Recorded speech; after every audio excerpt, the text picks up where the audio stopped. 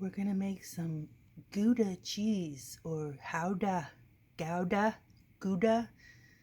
I'll just call it Gouda cheese here in North America. I'm gonna use 2 gallons of milk, which is about 7.5 liters, 8 liters. And then I'm gonna heat the milk to 85 Fahrenheit and add the mesophilic culture and then the annatto, the coloring, and then the calcium chloride, and then the rennet, and then I'm going to cut the curds because you're such a good puppy. Yeah. And then follow the steps by the letter. And be patient and wait until my cheese is cured. My cheese is cured.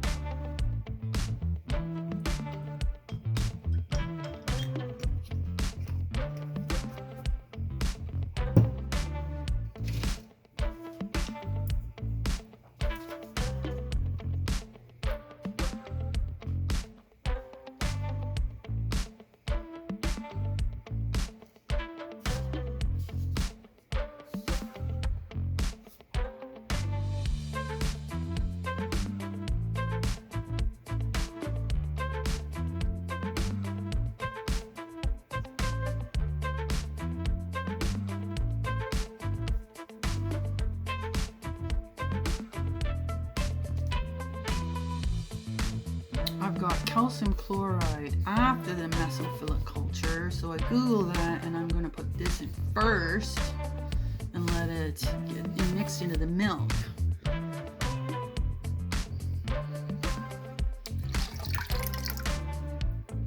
And the milk's still not at temperature.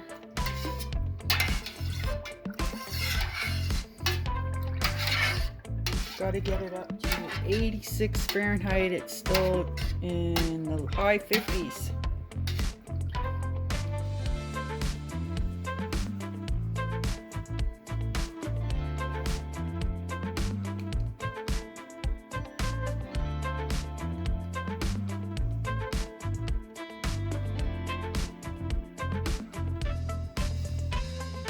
Still a ways to go. Gotta get it up to 86 Fahrenheit.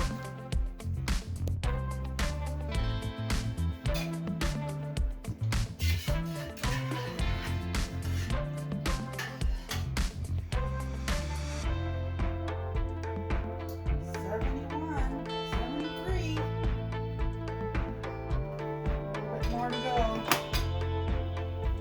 Gotta get it up to 86. Close.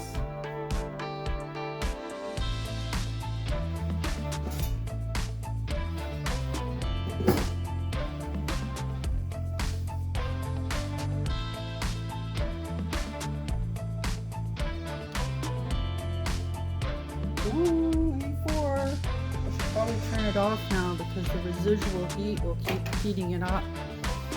So let's turn that off. Drop the lid.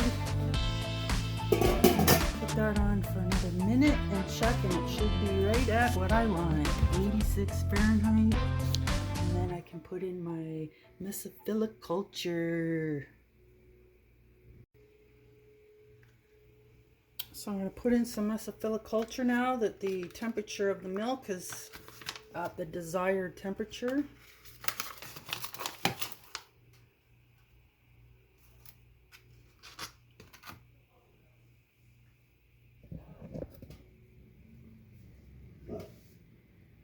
Sprinkle.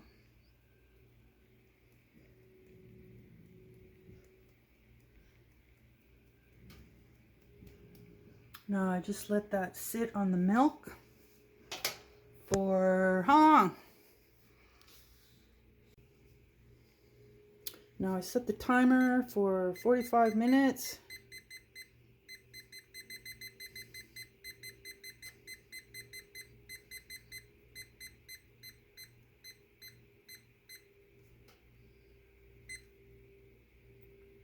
And that's to let the mesophilic culture blend into the milk and get hydrated.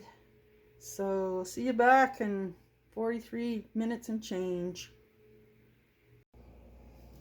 Okay, let's check. Let's see if our temperature is still where we want it.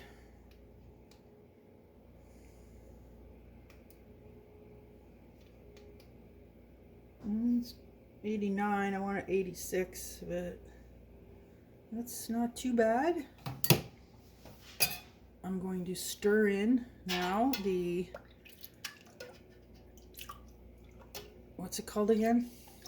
Mesophilic culture. Mesophilic culture. Stir this for a minute.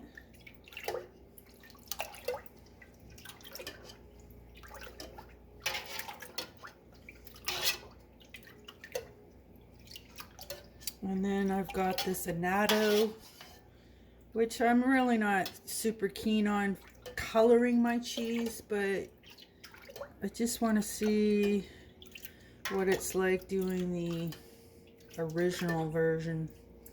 Okay, so let's put this in. Ooh, isn't that fluorescent? Hope I didn't overdo it. Let's put this in.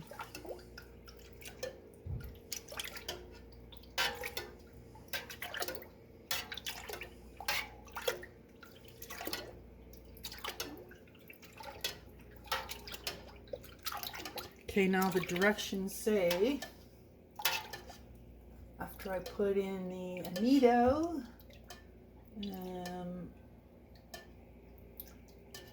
need to put in the rennet, and then it's going to sit for 60 minutes at this same temperature. But then when I cut the curds, I have to raise it up to 100 Fahrenheit and cook it for 45 minutes, stirring. Okay, that looks good to me. Okay, let's stop the milk from jiggling. Oh, wait a minute. Hold on. What's next? The rennet. It's mixed in. I had to buy spring water because I'm in the city and they have, you can't use chloride and stuff. Okay, so here's the rennet. Oh, that was half a tablet. So let's mix this in for 1 minute.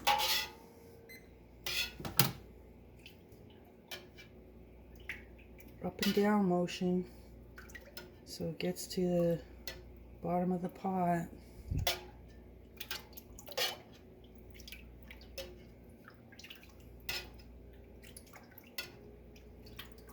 And it probably dropped the temperature a bit when I put in Anito and the rennet.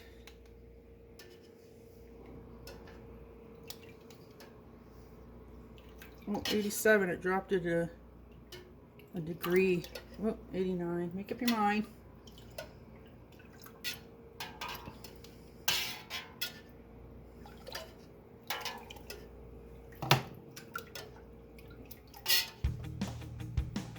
Ten seconds left. And just slow that down a bit so it's not moving everywhere. Okay, there we go. Rennet's in. Now, we gotta set this timer again. Have to put the lid on. Okay, now we have to wait how many minutes? 60 minutes. That's basically an hour. Let's try this first.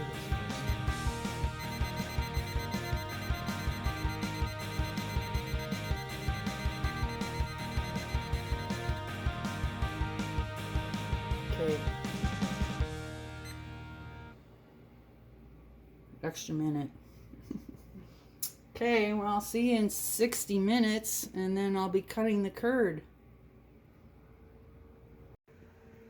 I'm just recapping the how to cheese methods. There's our Christmas tree. So I've watched a bunch of videos how to make Gouda cheese. Times vary. Now this lady, she had hers up to 90 degrees in the first heat up, adding the rennet. And the previous video I just watched, the guy had some different times and temperatures. So I think if I just like go somewhere in the middle, and I'll end up with something yummy to eat. So we're just waiting for the timer to go off to cut the curds. Okay, so I'm a little bit late on finding out that I'm supposed to make my brine beforehand, like yesterday. So I had to buy a bunch of spring water because I'm in the city and I have 15 minutes left to cut my curds or check my curds. And I have here my list of what I'm doing. So I really hate talking on camera, but it's, you know, it's like talking to no one. Is anybody out there? Okay, so I'm making my brine. So I'm going to cut the curds imminently, and then they rest for 10 minutes, and then I slowly heat up to 100 Fahrenheit over 45 minutes, stirring every 15 minutes so my curds don't clump up. And then I remove the whey and hold at 100 Fahrenheit. I turn off the heat because the residual heat will keep it at 100 Fahrenheit. And then I have to add 175 Fahrenheit water to bring it back up to 100 Fahrenheit because it would have cooled down, I guess. And then I rest the curds for 30 minutes at the 100 Fahrenheit. And then I drain all the way. And then I get the curds in the cheesecloth and the molds and press for 99 pounds for 30 minutes, flipping. And then 16 pounds for 30 minutes, flipping. And then 25 pounds overnight. And then I put in, and then it's, yeah, I think you brine first and then let it dry out.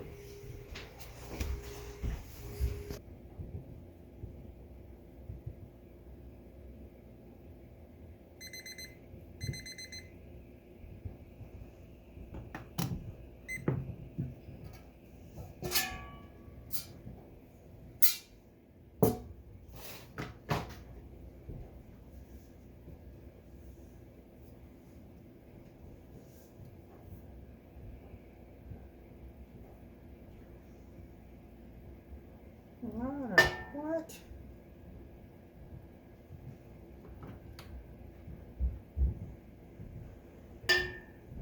Did I do it all wrong?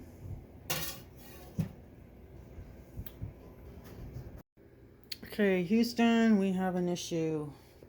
We don't have coagulation after 60 minutes at 86 Fahrenheit. Look at, there's no coagulation at all. It called for half a tab of rennet. Watch, my lid's gonna crash. So I'm gonna put in another tablet of rennet.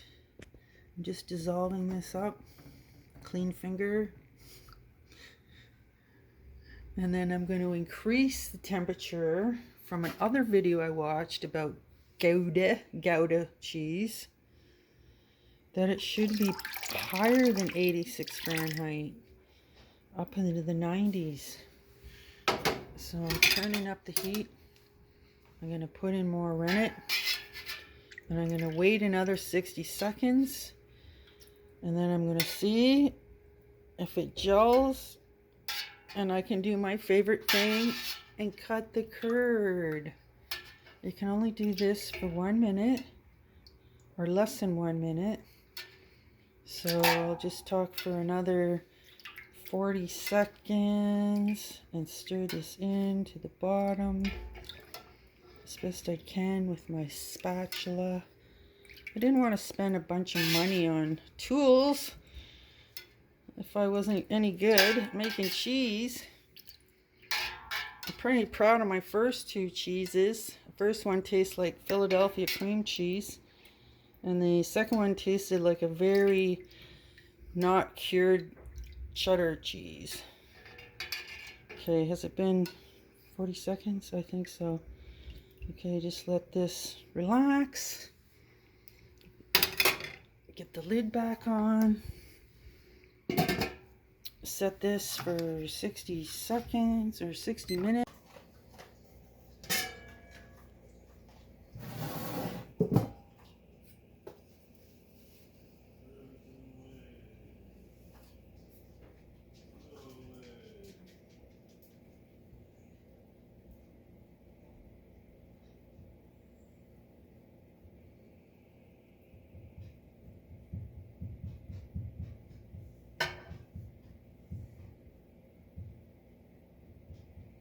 Oh, I'd say that's near perfect.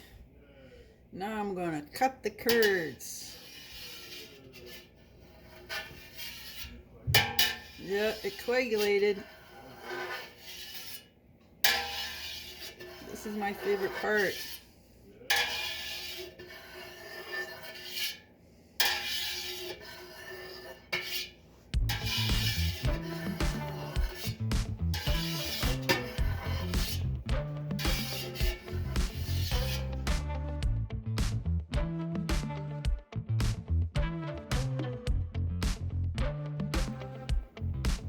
Okay, cut my curds. I'm gonna let it rest for 15 minutes. Some people say 10, some people say 15. Well, I've tried 10. I'm going with 15 and see what it looks like.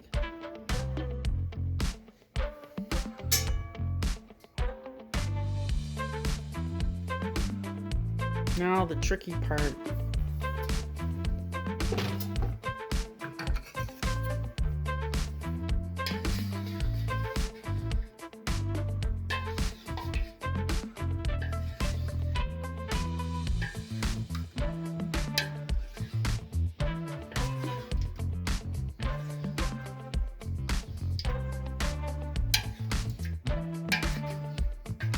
Got this hot water here. I have to wash the curds now, twice.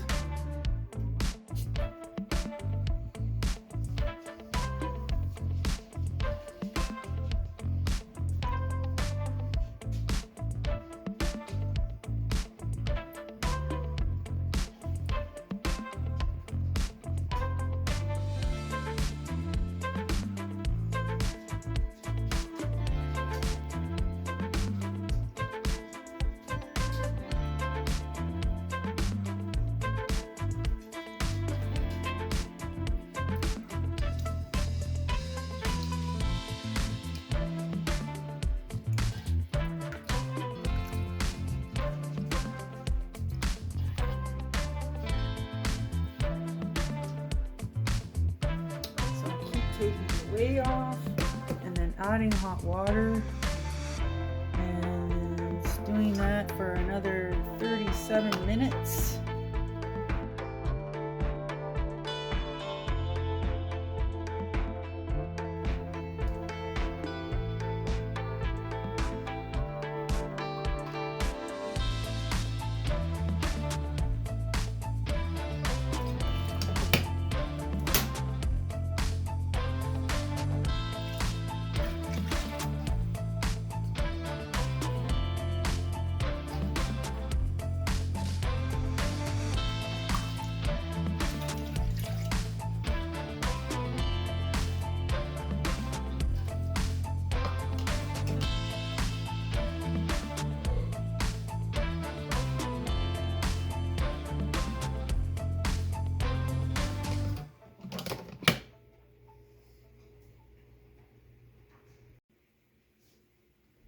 So just working our way at this. I said I wasn't going to use my hands, but you pretty much have to. You don't want it matting on the bottom. And down to the last 20 minutes, checking for any big pieces. They should all be the size of peas by the time I'm done. It looks good. Another 24 minutes. I'll let this rest for 15. Stir it again. And then get my molds ready.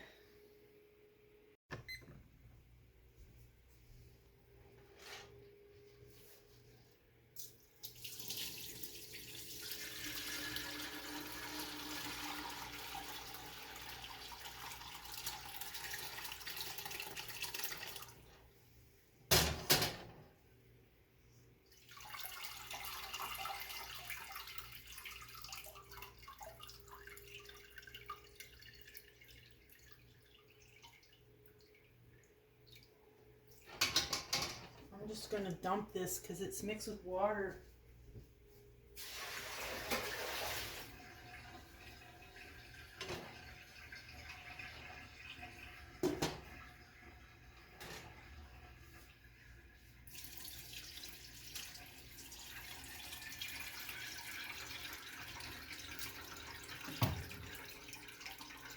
Problem is, I got a range hood right above me. My pot's so big, I can't tilt it.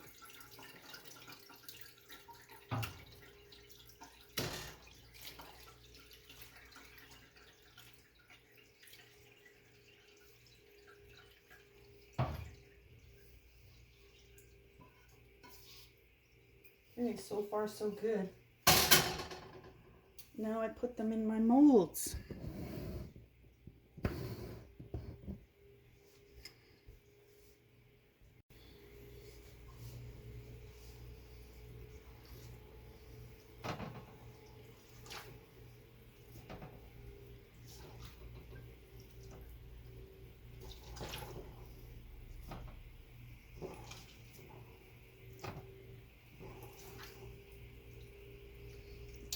Some recipes say to keep this curd warm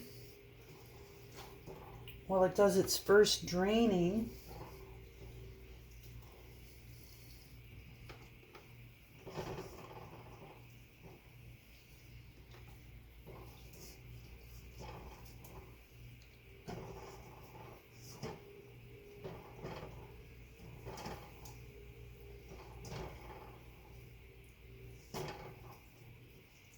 And they say to try to keep it in the big clumps. Trying. Spread it out.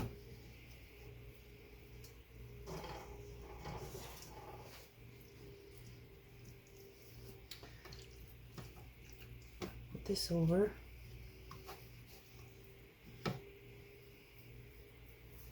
This one is double this piece of cheesecloth. This one's smaller.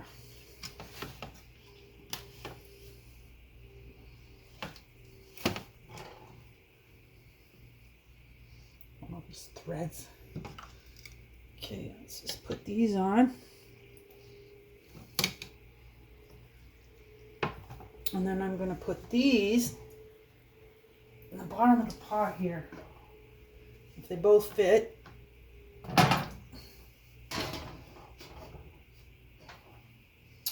Kind of both fit, so I'm just gonna let those drip for a couple of minutes, and then I'm gonna put some light weight on them. Okay, I'm out the home stretch doing the pressing. Approximately 9 pounds for 30 minutes, and then flip and do the same. See you in 30. Okay, so I put the cheesecloth and put the cheese in the molds, and I pressed for maybe 30 minutes, approximately 9 pounds. I think, I don't know, I'm using this, I didn't weigh it. I flipped the gorgeous cheese. I'm taking off the cheesecloths, and I just saw a completely different video from what I've seen to do, and that was he submerged his whole curd and mold in a bath of the whey. But I'm trying to keep it warm. I get that point, keeping it warm, but I never seen someone give it a bath of whey. That's both aren't going to fit.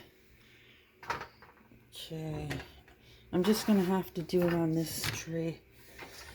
So much for keeping everything warm. Put this on like this, and then I'm going to do this water bottle for another 20 minutes and see if any more whey is seeping out.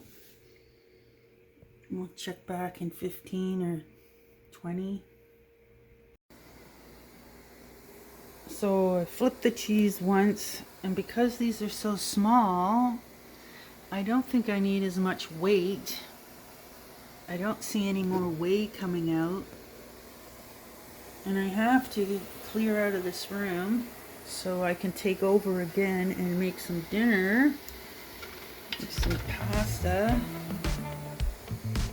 So flip this one more time and then put a heavier weight on it, because this wants me to do it at 16 pounds and then 25 pounds overnight. So I'll find something, I don't know, maybe 2 of these bottles. And we'll see, because we don't want to press too hard, but we don't want to press too soft.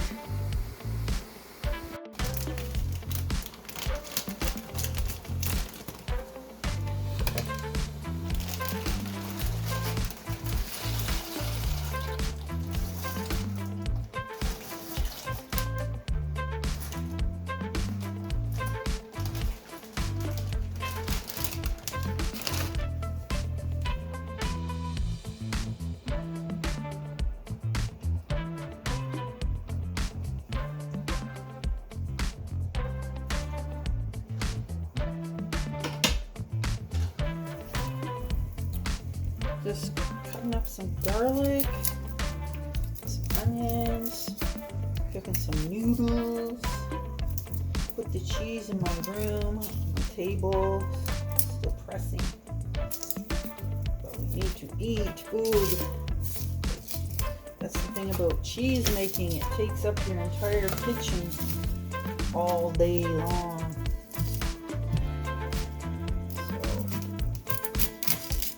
garden fresh onions. I just sorted through all my onions the other day, and I had to throw out 4 of them. That's good, eh?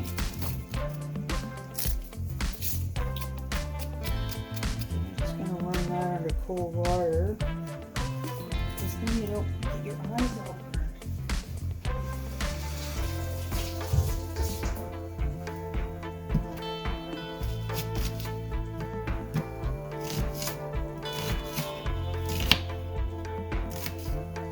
I could have grabbed a bigger knife. This is way too boring. We need to go faster.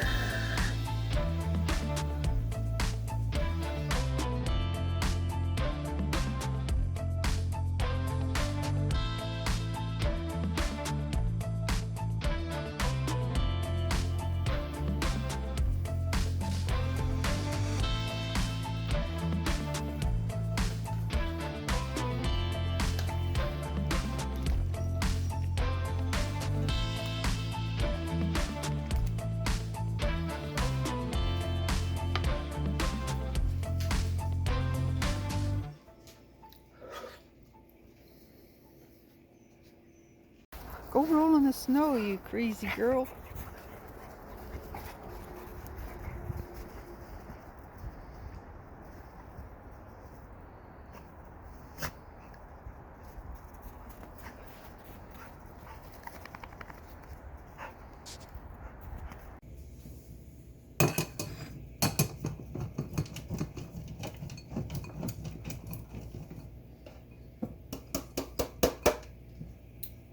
One day my homemade cheese is gonna look like this.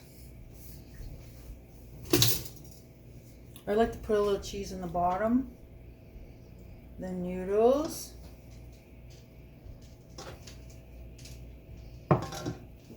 then more cheese,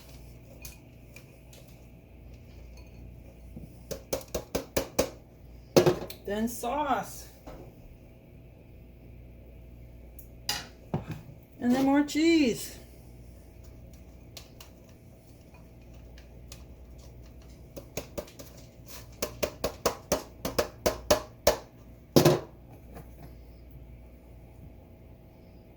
Bon appetit.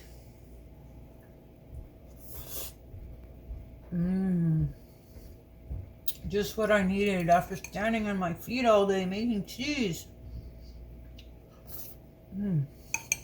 Thanks for dropping by. Back at my bedroom laboratory. Sorry if it's a terrible lighting. And it's jiggly.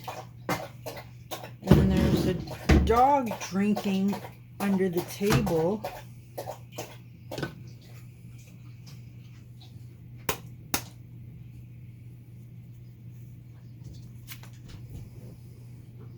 Okay, let's not mess it up like I did last time. That's the bottom. Oh.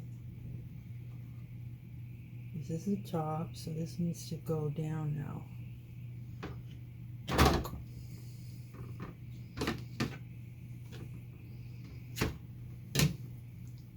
We'll see. Wave's still coming off. It's good. Slowly.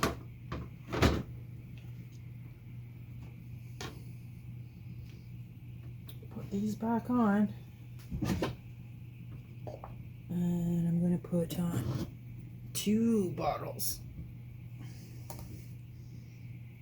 And hopefully it all doesn't come crashing down. I guess the trick is to slowly push the whey out while knitting the curd together.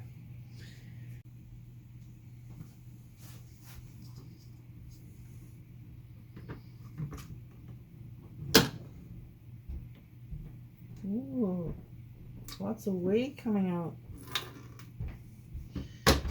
I'm going to rewrap them back in cheesecloth.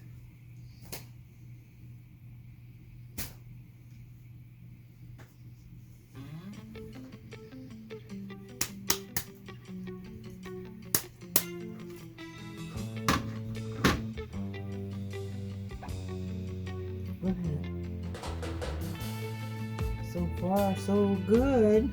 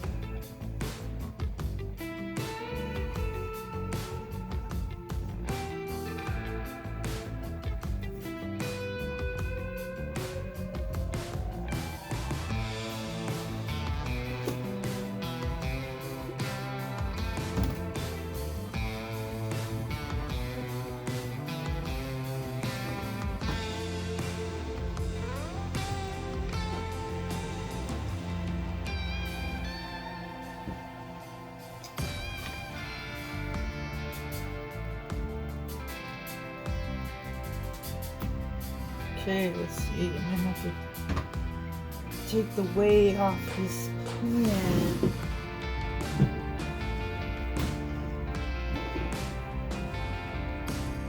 This is not too bad. There's little bumps on the bottom here. I don't think they're seeping upwards. Okay, it's flat. It's back on.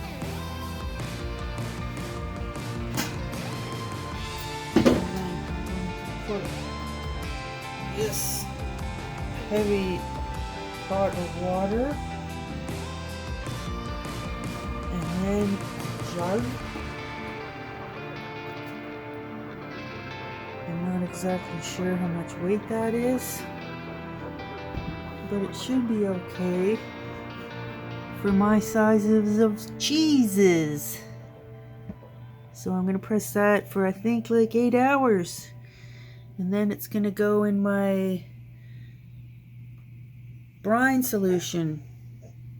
What? Am I talking to somebody else? Not you? It's cheese. You're such good girls. Yeah, Mama making cheese. Hey, Macoos, you're such a good girl. Oh. Good morning. You're such a good girl. Macoos, you're such a good girl. Last night I was using my pot of brine right here on top of the board, on top of the jug, and it all fell over and my brine went everywhere. So I had to make a whole new pot of brine. And now I'm going to take my cheeses off. My weights off and get my cheeses out of the mold, put them in the brine.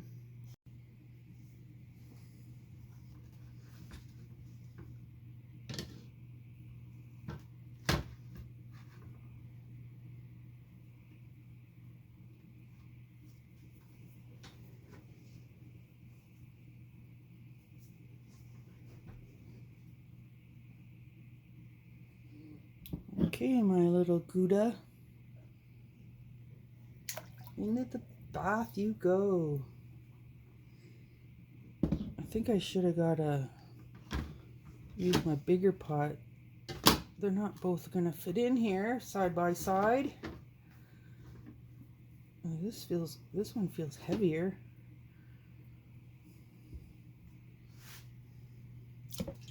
Okay, I'm gonna have to transfer that to my bigger pot so they can each float their own space. Okay, I got my gigantic canning pot. transfer my cheeses into here so they each have room in the brine.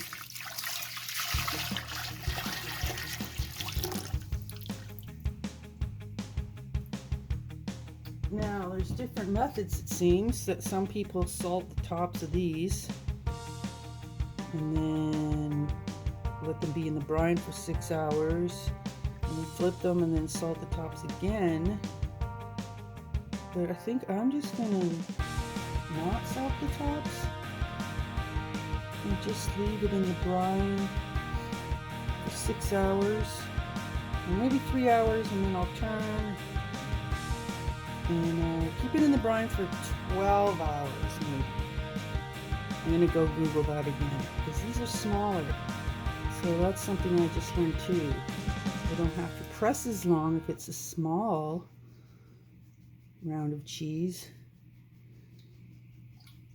so maybe I don't have to brine as long. Okay, see you in the next steps. One little, two little Goudas floating in the brine.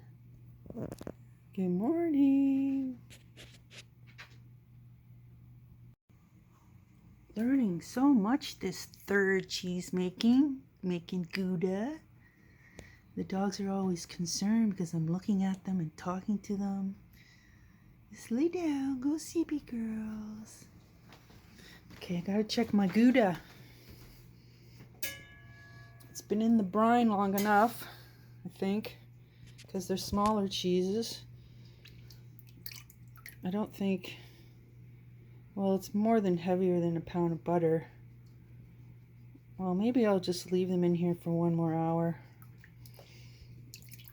I wasn't exactly sure when I put them in after I had my brine fiasco, but then I just sterilized this container, soap and water, and I'm going to put my Gouda cheeses in here to do their final curing. And after I take them out of this pot, I'm going to put them up on this rack here with something underneath it so it doesn't, good aeration. So yeah, let's leave that for 1 more hour and then we'll take them out. Well, here's my 2 cute little Gouda cheese. I've been sitting in the brine for about 6 hours, and I've been turning them about every 2 hours, so hopefully that's good enough. And then, woo, I took over. I'm going to put you on these drying racks here.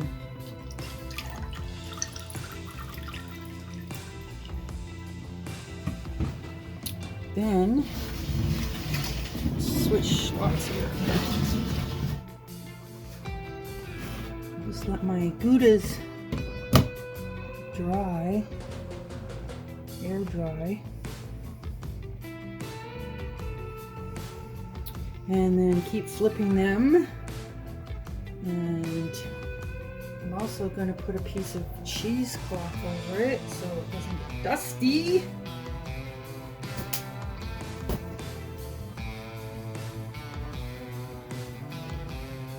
There we go. The next phase of Gouda making.